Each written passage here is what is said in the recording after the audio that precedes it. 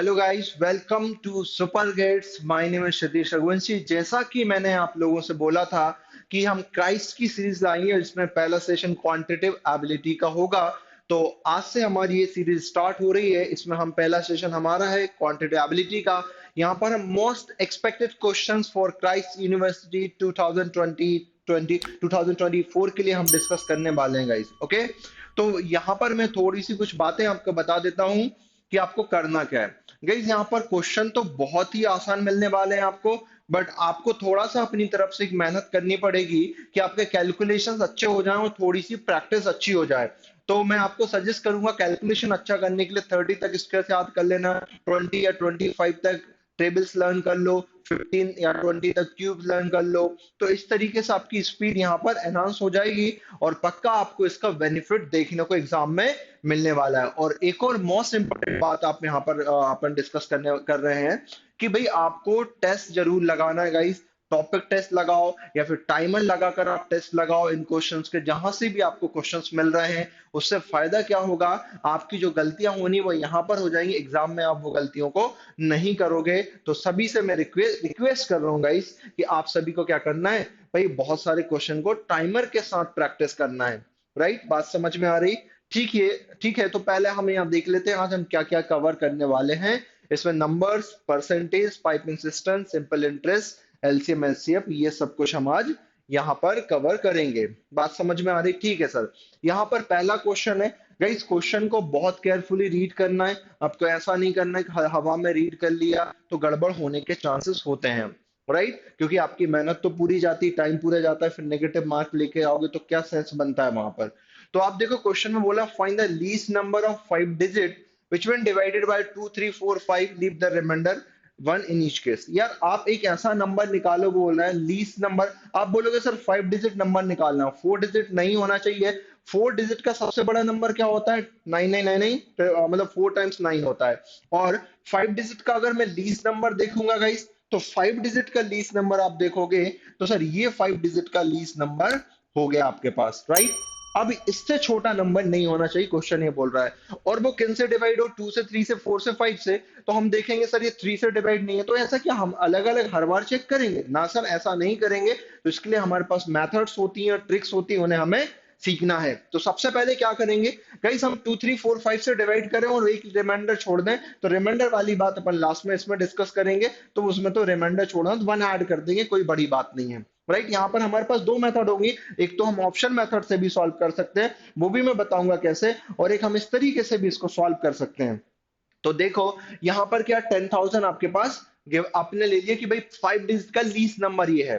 तो यार 2 3 5 अलग अलग नंबर से देखने के बजाय आप क्या करो, अगर इनका एलसीएम हम ले लेते हैं, दैट इज क्या होगा 60। तो सर जो एलसीएम से डिवाइड होगा वो नंबर 2 3 4 5 से भी डिवाइड होंगे, डिविजिबल होंगे कि नहीं? ये मानते हो आप कि सर आप अलग अलग नंबर से क्यों चेक कर रहे हैं? आप एक ऐसा नंबर लो जिससे डिवाइड चेक कर लो। आपने देखा कि सर एलसीएम ही वो नंबर है जो इन सभी का एलसीएम 60 बन रहा है, और 60 अगर जो भी नंबर हमें फाइंड करना है उससे डिवाइड कर देता है, तो ये 2 3 4 5 भी उस नंबर को कंप्लीटली डिवाइड करेंगे।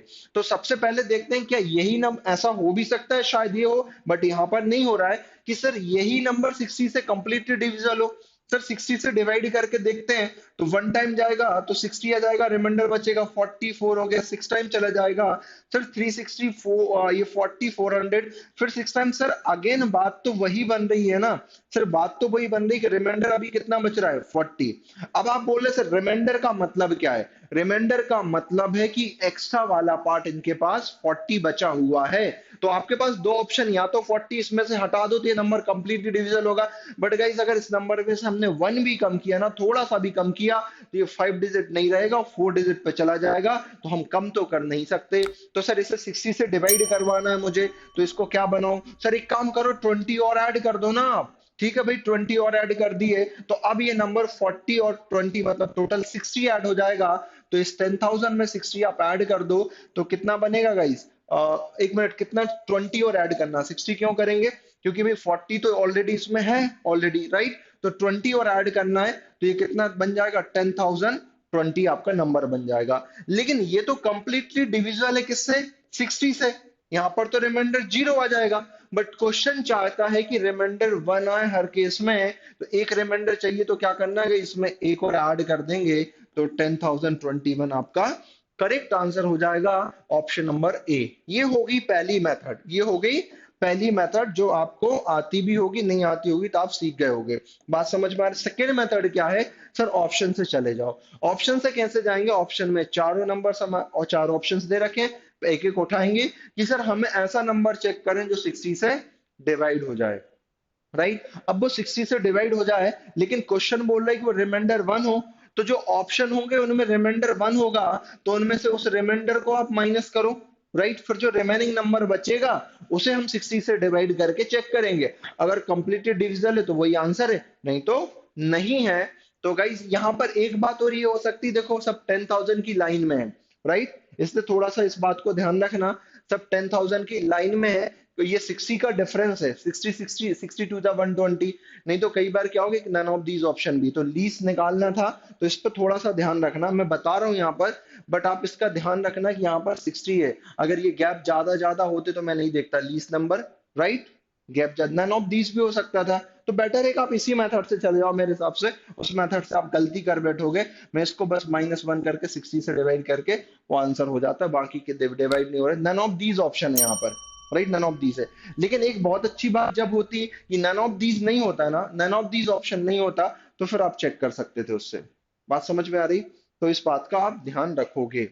नेक्स्ट क्वेश्चन देखते हैं भाई, सेकंड क्वेश्चन क्या बोल रहा है, equal sum of money are lent to X and Y at 7.5% per annum for a period of 4 years and 5 years. If the difference in interest paid by them 150, then the sum lent to each was, क्या बोल रहा है, equal sum of money lent to X and Y, equal sum of money किसको दिए गए, X और Y को, right, X और वाई को इक्वल है, अगर इसके पास जो भी दिया गया है इसको पी, तो इसको भी पी दिया गया है, कितना रेट है सर, दोनों का 7.5% पर एनम, दोनों का 7.5% पर एनम है, ये 4 इयर्स के लिए है, और ये भी कितने के लिए, 4 इयर्स के लिए, सॉरी एक क्या 4 इयर्स के लिए, और ये कितना 5 इयर्स के लिए बच्चा ये, राइट, ये 5 इयर्स के लिए।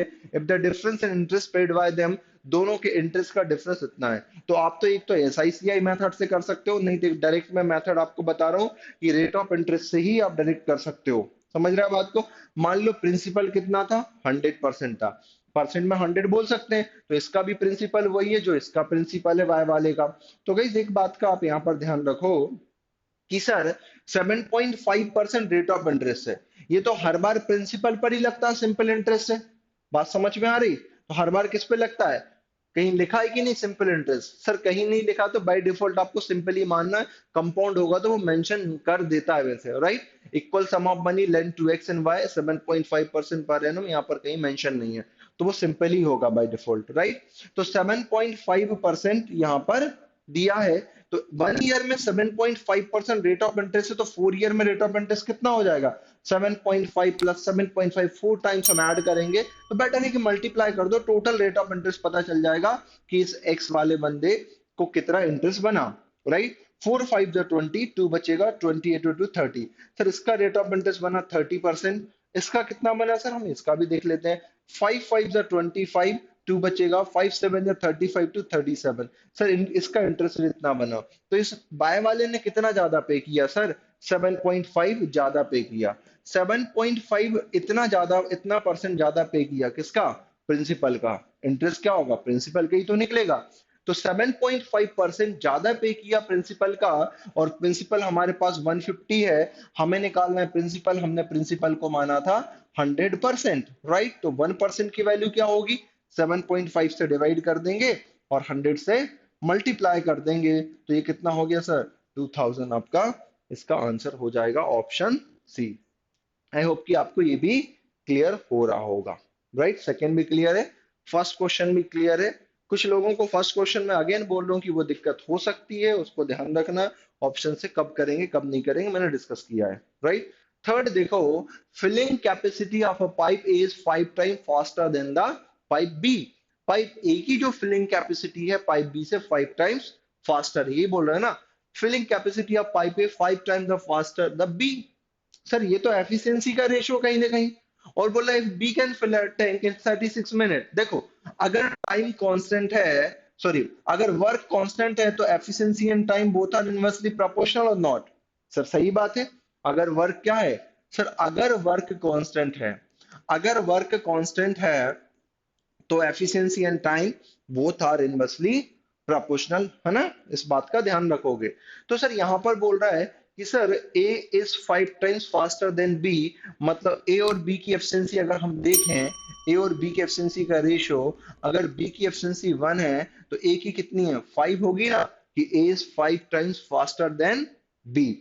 तो टाइम का रेशियो क्या होगा, इनवर्स ऑफ एफिशिएंसी, 1:5। समझ रहे हैं बात को। तो मतलब ए को 1 पार्ट टाइम लग रहा है और बी को 5 पार्ट टाइम लग रहा है उस टैंक को फिल करने में। If pipe B can fill a cistern in 36 minute, pipe B कितने में फिल कर रही है सर 36 मिनट में, और पाइप बी का टाइम कितना है सर 5 पार्ट। 5 पार्ट मतलब 36 मिनट।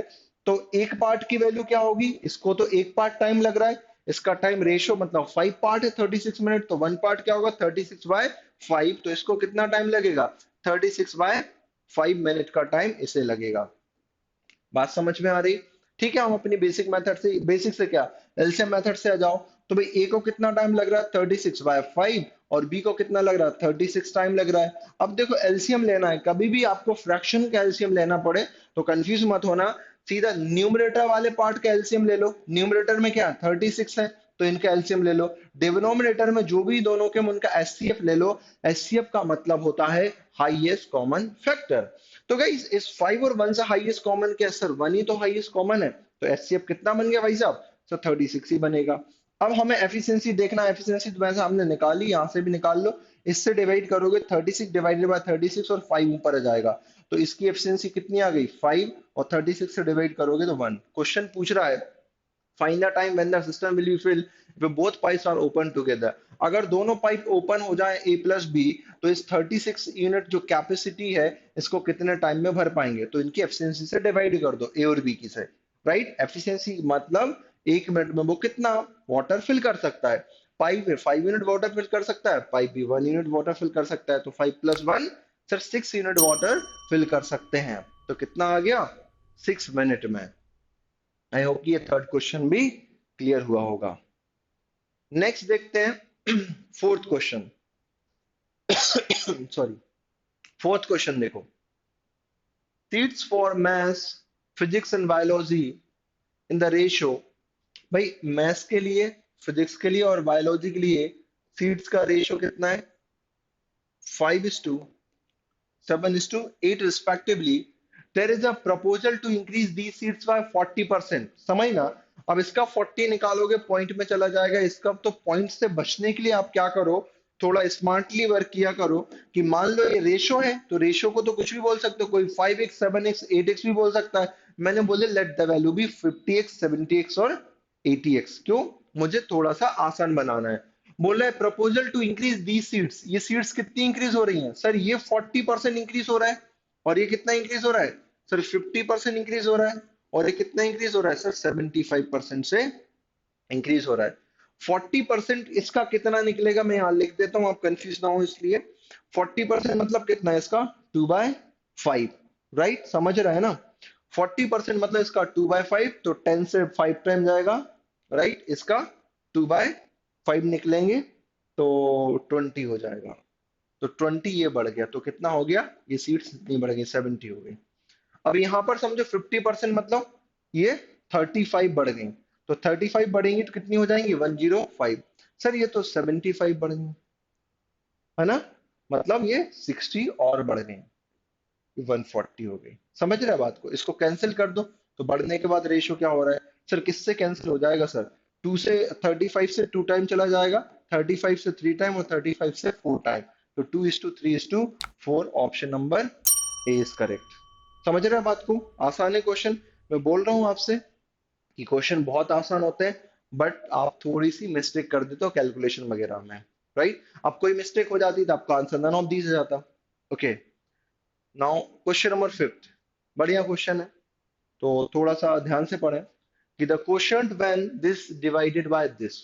क्वेश्चन निकालना है आपको कि भाई 10 की पावर 100 को अगर आप 5 की पावर 75 से डिवाइड करो, अब इतना तो पॉसिबल नहीं है, तो इस 10 को क्या लिख सकते हैं, 5 इंटू 2 लिख सकते हैं। तो 5 की पावर 100 और 2 की पावर 100 ऐसे ब्रेक कर सकते हैं।